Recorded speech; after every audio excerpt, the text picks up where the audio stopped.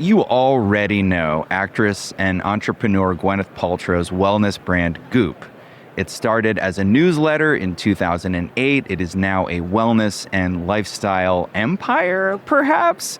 But maybe you don't know about Goop Kitchen. They've got 12 locations in California. They sell gluten-free, fast casual salads, wraps, bowls, pizza, and there's a New York expansion on the horizon. To find out more about Goop Kitchen, we're talking with Adam Rinella.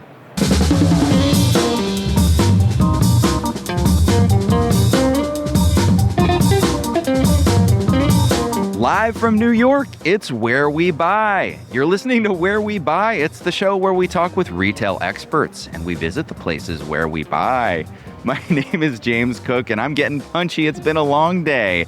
I research retail and real estate for JLL. We're recording live from the JLL booth at ICSC New York. Welcome, Adam Rinella. Thank you. Excited to be here. So 12 locations, but another one opening soon? Yeah, Monday we're opening number 13 in San Francisco. It'll be our first in the city. Oh, wow. Before we get into that, Adam, what's your title? I am VP of Real Estate and Development for Goop Kitchen. Okay, great. So we'll get into locations, but first let's set the stage. Tell us a little bit about the origin of Goop Kitchen, how it came about, and what it is. Yeah, great question. So Goop is Gwyneth Paltrow's lifestyle brand that was founded in 2007. But Goop Kitchen is actually a joint venture between Goop and a venture capital firm called Dom Food Group. And Dom Food Group has 4 partners, 2 of which are the food and beverage guys. So led by Donald Moore, who's our day-to-day CEO. He was chief culinary officer of Cheesecake Factory for 20 years. And then Mario Del Perro, who was founder of Mendocino Farms. And they came together in 2019, and the idea was to partner with food credible celebrities and influencers and create food and beverage brands with them. And Gwyneth has 4 New York Times selling cookbooks, so she has a lot of credibility in the space, and all of the cookbooks are centered around clean, healthy eating, but also food that is delicious and food you would actually want to eat, on a Friday night, not just a Tuesday afternoon when you're trying to be healthy. So they came together. They took 2 years in creating the menu, creating the brand. We have 2 amazing chefs that came in with us, and the brand launched in 2021 in LA. And it was almost speakeasy-ish at first because it was only delivery. People were talking about the brand. They weren't really necessarily sure how they could get it, where they could go. And now to this day, we have 13 locations total, 10 in Southern California and 3 in the Bay Area, and excited to expand to the East Coast. And so New York is next for you guys. New York is next. So we'll open in Q2 next year, and we're going to open 7 total locations in New York next year. Gotcha. And let's talk a little bit more about that because it's pickup and delivery only, is that right? So as we roll into new markets in different trade areas, we're going to have 3 different prototypes. So we're still going to do some of these communal kitchens where it's delivery and pickup only.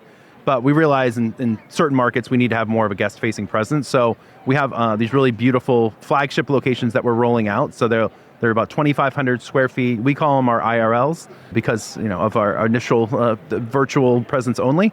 So these will be our in real lives. And we're only going to do 1 or 2 of those per market because they're going to be very special, highly curated, absolutely beautiful design. Gwyneth herself was very involved in the design of these restaurants. And then we're going to have a middle prototype, kind of somewhere between that IRL and the dark pickup kitchens. We call that our IRLL, which is our in real life lights.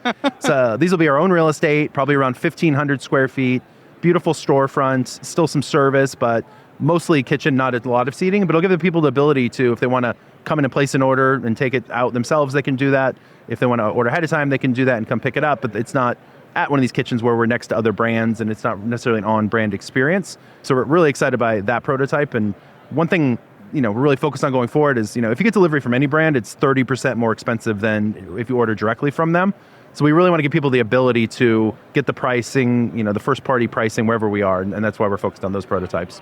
For the IRL, the flagship location, it will be sort of like a fast casual where I order at the counter and then sit down to eat my food? Yep, exactly. So order at the counter. We're going to have a lot of technologies. We have kiosks. You can also order with somebody. Yeah, but then after that, it'll almost function as a full service experience. The food will be brought out to you. We're using real china and flatware. Oh, so, wow. Yeah, so it's actually a really beautiful service experience, and the design of the restaurant itself is really, really wonderful.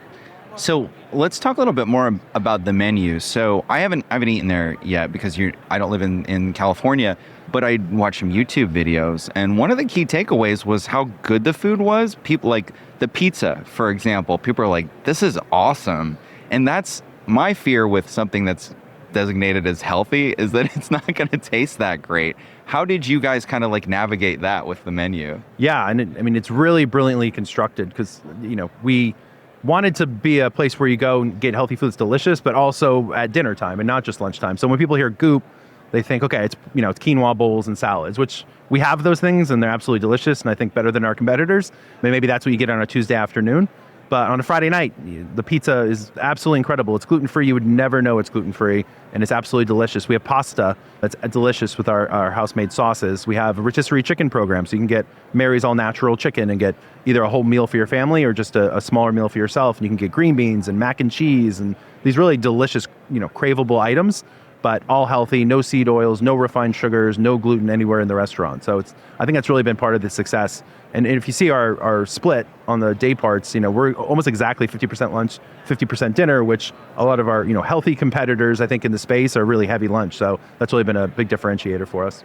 So your background, you're pretty new to Goop Kitchen, right? Yeah, I'm about 4 months in now. So tell us, what were you doing before that? Yeah, so it's actually a fourth brand I've been able to lead real estate and development for. So started with a company called Burger Lounge in San Diego. So we had 3 locations. We grew that to over 30 locations in a couple of states through private equity investment over several years, which was really fun brand. A lot of healthy tenants, like now I'm kind of coming full circle because we used all grass-fed beef and really delicious organic ingredients. And then I went to a place called SBE Hospitality where we had several brands, including Umami Burger and Katsuya, and I know those. Oh, yeah.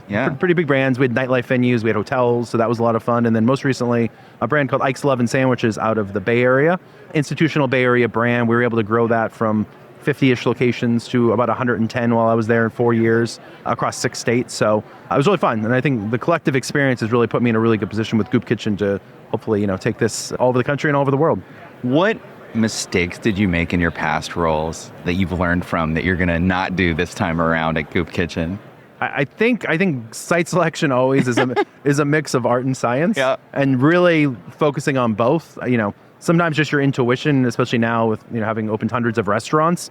If you don't have a really good gut feeling about a location, just move on. Even if the data somewhat supports it, I think that the gut is still really important. And then on the other side of things, I think having the most important data and the most up-to-date data is really important. So we're partnering with an analytics company now that we're going to build a model with, and they have a really interesting approach because it's really omni-channel. So now that we're going to have these locations that will have a street presence, be more a brick and mortar, there's almost 2 different trade areas for these types of locations, right? So there's the more typical trade area, the people that are going to be coming into your space and ordering food, and that's where you use a lot of mobile data. But then with delivery and how much delivery we do, that trade area trades much differently because you're really dependent on the algorithms of DoorDash and Uber Eats, which can trade much differently. So we take all the data that we have currently from our existing locations, and we're able to build something into these new markets and these new trade areas and have a pretty good sense of the volumes and how those splits will be.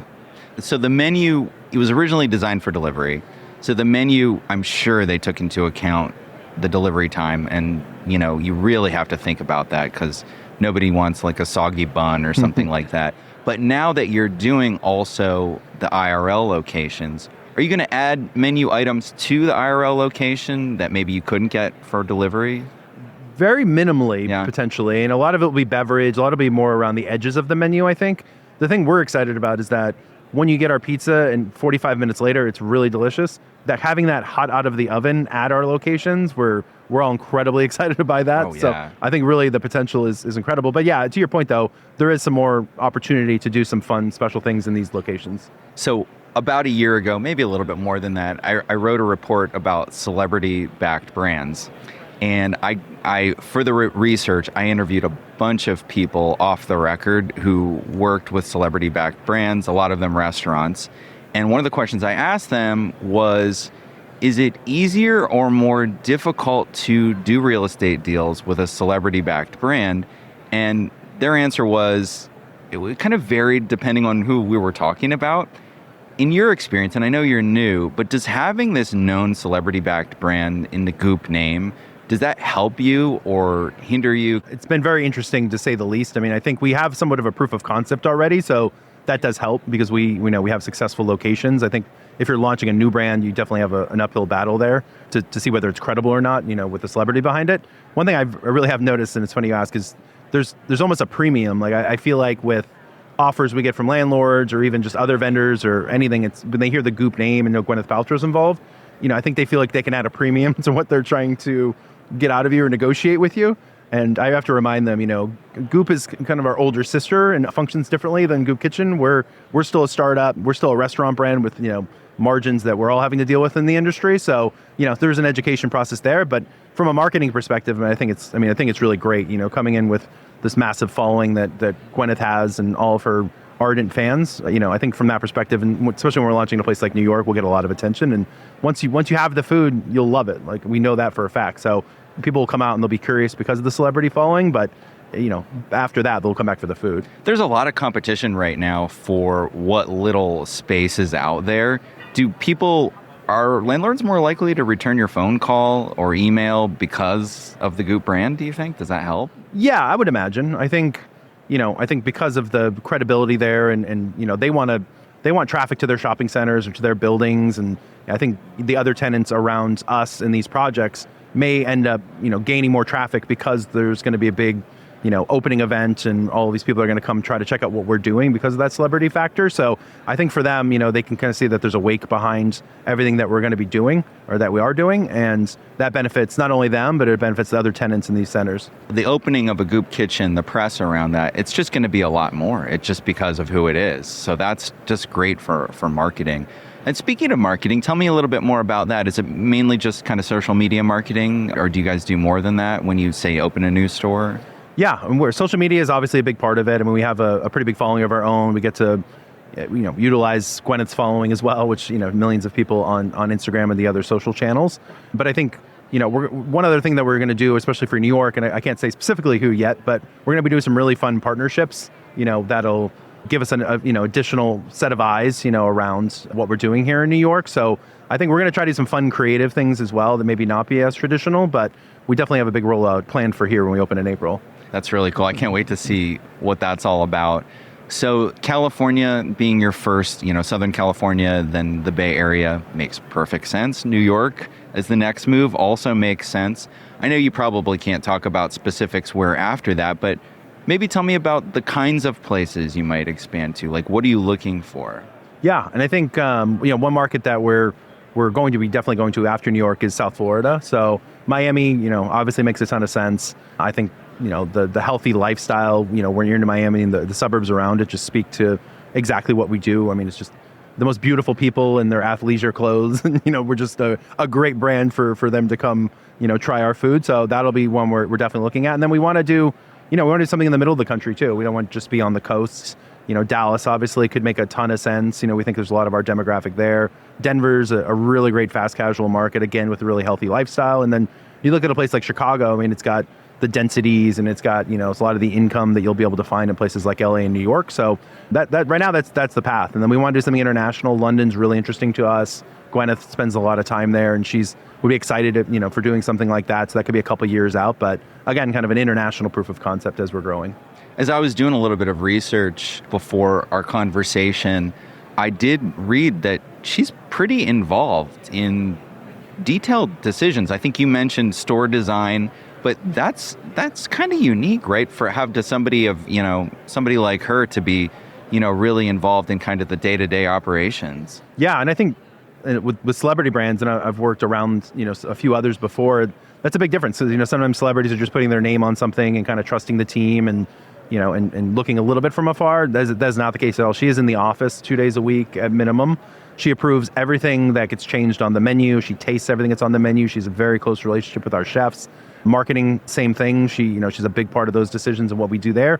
And then where I interface with her mostly is store design. So these IRLs and the IRLs that we're going to be doing, she wanted to have a big part of that. And she has, as you can imagine, incredible taste, with Goop and everything she's done over the years, and has really been a big part of that process. Down to where she's going to be going to a stone yard in LA to pick out a specific custom piece of stone that'll be a backdrop in our first location in Del Mar. So I don't think it gets much more hands-on than that. Oh my gosh. Yeah. That is amazing. The fact that do you have a standing one-on-one with Gwyneth Paltrow on your calendar? It's a little less frequent than that, but that's wow. I don't know. In my mind, I thought kind of like, it really was, oh yeah, her name's on it, but she's not that involved. But wow, I'm really impressed. That's super cool.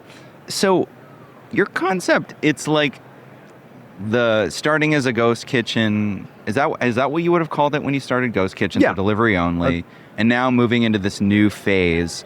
It's a little tricky to get your arms around for me because it's not like one thing. Do you have trouble kind of explaining the format to folks? Yeah, there's definitely been some education process there. I think just explaining the three different prototypes and why we're doing which prototype and what trade areas we look, for each. I think once we explain it, and we do have a really nice deck that talks people through it as well, I think it starts to make a lot of sense. And, if you go into a suburban area in Dallas and you opened a ghost kitchen, like it's probably not going to do that great. People in that market like to go out, they like to be seen, they like to eat in restaurants. And, in the suburban areas, it's really not that hard to get in your car and go park and pick up food. Whereas if you're in the heart of LA, you pay that premium for delivery because, you're not going to be able to find parking, you don't want to deal with traffic. And so you're going to pay that 30% premium just to get the food right to your door. So once you start explaining it in that way, it's been really helpful. Now that we've actually designed the locations, we can share renderings and show them what we're doing. And then it starts to make a lot of sense. And from an operational perspective, our CEO came from Cheesecake Factory and a lot of our operations team came from Cheesecake Factory. So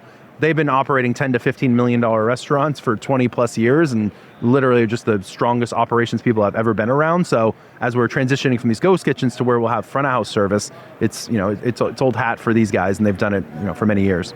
Oh my gosh, Cheesecake is renowned for the precision and quality of their execution of a diverse menu. Yep. So well done. That's great to hear. What a team.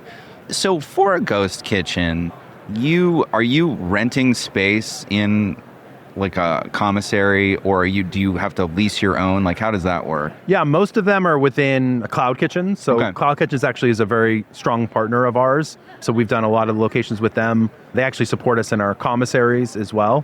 And so they actually are investors into the company. So we have a really, really close relationship with them. So most are within those facilities, but we will be doing in new markets, where there aren't Cloud Kitchens in every trade area, we're able to find some real estate that works for us in that model. We're opening a location here on the Upper East Side that was a former commissary of another brand, and we're able to come in there. It won't be our commissary, but we'll be able to go in there and operate it as a kitchen and deliver out of it. So that'll be, again, another little new nuance that we haven't done before, but we're confident in that, and it puts us exactly where we want to be in that trade area. Can you explain a little bit more about Cloud Kitchen and what they are and how they work? Yeah, sure. So Cloud Kitchens, they build these facilities that essentially have anywhere between 12 and 40 individual kitchens, and those can range from 250 to 400 square feet. And really the idea is for brands to come in there and have a relatively low occupancy cost, but be able to get their food out the door into delivery. And it's funny to see how it's transitioned over the years, because I was in Cloud Kitchens years ago with a different brand, and it was a lot of mom and pops. There was a lot of proof of concepts and trying to figure out if this was something viable and trying to, ride the COVID wave of delivery. But now as you go into these Cloud Kitchens, it's really mostly enterprise. So we're in one in Studio City in LA, and we're next to Chick-fil-A and Wingstop and Starbucks. And these brands actually use these Cloud Kitchens as more infill for them. So Chick-fil-A's are so busy at their brick and mortar locations, they try to get a Cloud Kitchens a mile away, push all their third party into the Cloud Kitchen out of the restaurant so they can focus on their guests. And they still do $3 million out of the supplemental location. But if you lived in the neighborhood, you're thinking it's coming from their actual drive-through or their brick and mortar. So it's been an evolution, I think, for not only the tenants in those locations, but Cloud Kitchens themselves, figuring out what works, and they're a great partner as we grow. And I remember during the pandemic, you really saw this explosion of delivery and virtual kitchens and I kind of thought, hey, is this a bubble? And to a certain extent it was. I mean, people went back in store, but it seems like this model has persisted, right? And it still makes economic sense. Yeah, absolutely. And I think, again, it's been a transition. People are definitely back in restaurants and eating again, and we love to see that. But there's definitely a use case always of where you don't want to leave your house and you want to get something delivered. And, we may not do it as frequently, but, it's here to stay, and we're banking on that. Awesome. So I haven't eaten at Goop Kitchen yet, but the next time I'm in Southern California, or now the Bay Area, or New York soon enough, I'm gonna check it out. Give me what should I order? What's the greatest hit for you? It's a tough question. The teriyaki chicken bowl is really incredible. Just really fresh and delicious, and a couple ingredients you wouldn't suspect in that recipe. I love that. I mean, the pizza really is incredible for being gluten-free, and I'm kind of old school pizza, so we have our pepperoni pots pizza, and so just a pepperoni pizza, really, really nice. I mean, the salads and bowls are all really just beautiful and fresh, and I think, part of the menu, what makes it, different than any other fast casual is that we're based on the commissary model. So every market that we're going to, we're building a commissary first there. So we have a 10,000 square foot facility in Alhambra. We have a smaller commissary in the Bay Area now. We're building a 10,000 square foot facility in Oakland. And then we are under construction here with a similar 10,000 square foot facility in Brooklyn. And so essentially we're getting all these beautiful whole food ingredients into the commissaries. We're prepping them down and then distributing them out to the restaurants where everything is cooked fresh to order. And there's no Cisco truck pulling up to any of our restaurants. So it's really, you can taste it in the food, and you're really, anything on the menu you'd be really happy with. But I still love the pizza, and the teriyaki chicken bowl can't go wrong either. All right. I definitely want to try the pizza because, like I said, I saw a video of that, but I'm going to get that teriyaki chicken bowl as well.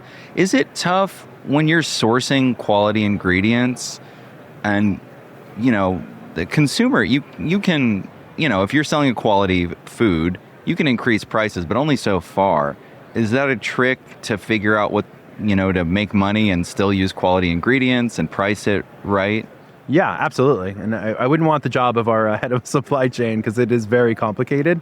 Our goal is to be in that same price point as the other, premium fast casual players and not to be above that. And we've been able to do that so far, which is great. And I think, part of the ability to do that is that, we have pretty high volumes at the locations, and that's given us the ability to, even if, the food cost isn't, as aggressive as maybe some of our competitors, the flow down still ends up being, pretty significant because of, the higher volumes that we're able to do. All right. So I don't want to fanboy out too much, but what was it like to meet Gwyneth Paltrow for the first time? Was that your job interview? It wasn't, but it was pretty surreal, and it was in a pretty tight meeting. It was only 4 of us total, and it was our kickoff for our restaurant design, which was great. And, it's pretty surreal, it's watching somebody that's, A-list growing up and then, being in a room with her. So I don't think I said a word for the first 40 minutes probably. But then, she's actually very approachable, very nice, very thoughtful, and knows what she's talking about, in these design meetings. So loosened up a little bit. And then, since then, continue to loosen up more. We're not texting each other every day by any means, but, getting to know each other. And she's, one of our leaders and really gives us a lot of great feedback on both the food and the restaurant design. So it's been fun. I'm sure you never imagined when you started out in this industry that you would, be, have a famous boss like that you've been watching in the movies your whole life. She's been in some really cool movies over the year and is somebody that's always in the public eye. And, and with this Goop brand, it's so impressive. The lifestyle brand from an email newsletter, no less. Come on. It's pretty wild. And she's built an empire. Now she's building, hopefully will become another empire. And she's coming out with a movie. I think Marty Supreme, she's in that movie, which is coming out in the next few weeks and has really great reviews. So I'm excited to see that. I didn't know about that. It should be exciting to see somebody I know in a A-list movie like that. That's crazy. Well, this has been fantastic. Thank you, Adam, so much for joining me. This has been a great conversation. Yeah, lots of fun. No, thanks for having me. And it's a great time to be in the city and at this conference this week. So thanks again. Awesome. And if you want to hear more interviews, audio retail tours, and new research insights, subscribe to Where We Buy on the iPhone podcast. We're on Spotify, wherever you get your podcasts. You can even find us on the web at wherewebuy.show. Our theme music is Run in the Night by the Good Lauds under Creative Commons license.